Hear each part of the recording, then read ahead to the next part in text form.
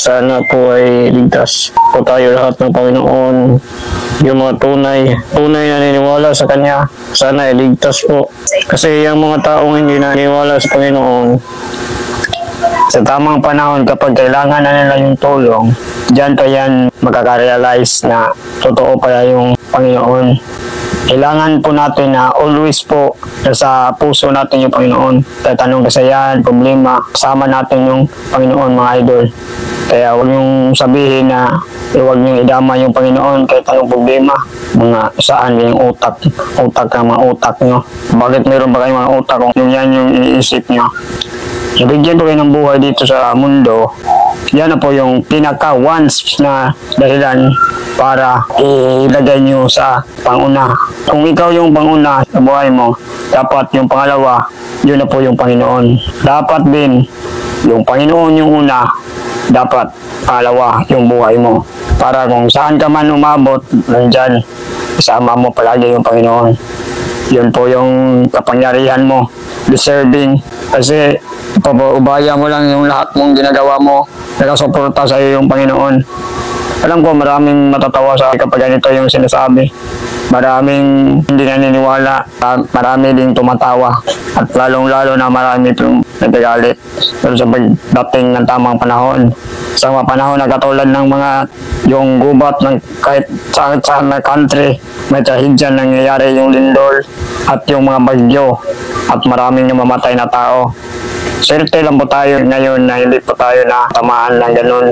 Swerte lang po tayo. Baka meron pa tayong kunti o meron pang mga tao na kasama natin kaya naliligtas po tayo ngayon. Naniniwala sa buong may kapal.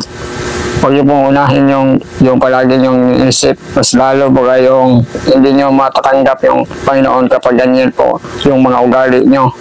Naniwala po kayo sa mga nakikita ng mga mata niyo, pero hindi po kayo naniniwala sa mga nangyayari.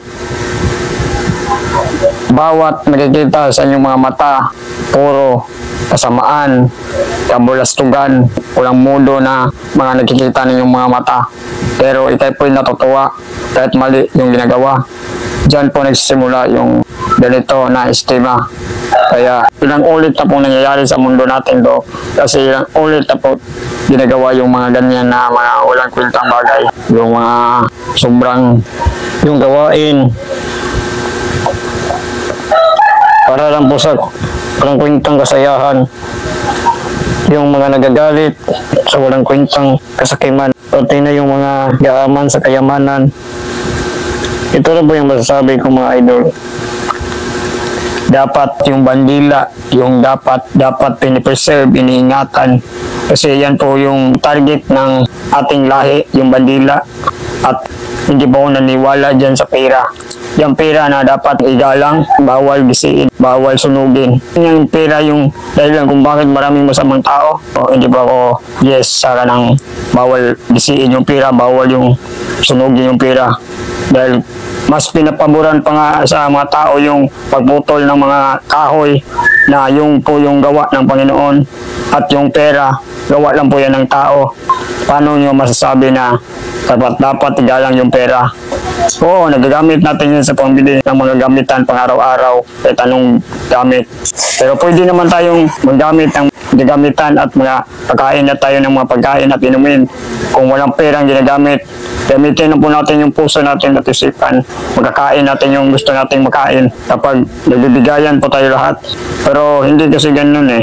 Kasi ngayon tayo, lahat ng mga bagay ay may kabayaran. Kaya ginagawa yung pera. Yung pera na yan, yun po yung dahilan. Kung bakit tayo nagabili ng mga cellphone, nagabili tayo ng mga sasakyan, mga bahay na sobrang laki.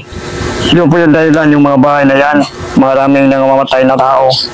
Hindi nyo pa ba alam kung bakit? Ang ganda ng panahon noon, ang ganda ng buhay noon ng dating panahon. Yung mga puno at malilit na kubo lamang yung nasilayan natin at natitirahan natin. Pero pinakamasaya yung nakaranasan. Kahit sa pagbangon mo sa umaga, nasilayan mo yung kagandahan ng umaga, sa pagsikat ng araw na hindi masakit sa balat. Pero ngayon puro pollution dahil po yan sa tao na may hawak na maraming pera. Kaya hindi ako naniniwala dyan sa bawal sunugin, bawal gisiin yung pera. Tao lang po yun din po yung nagsasabi niyan. Meron bang pera sa sulat sa Bible? Walang pera mga idol. Kasi halos doon mga idol, puro nagbibigayan. Kung meron mang kitchens, pagkain di po at bagay yung ibinibalik sa kanila, hindi pera. Meron din mga ginto noon, pero mas mahal yung ginto, pero mas daling ibigay noon. Hindi kagaya ngayon, walang kwenta yung nang gumagamit ng pera. Mahirap pang ibigay yung pera. Ganyan po mga idol. Kaya sana maintindihan yung mga idol. Nasa paparating ng mga sakuna, tayo lang po din yung may gawa. Tayo din po yung dahilan kung bakit tayo rin na mamatay.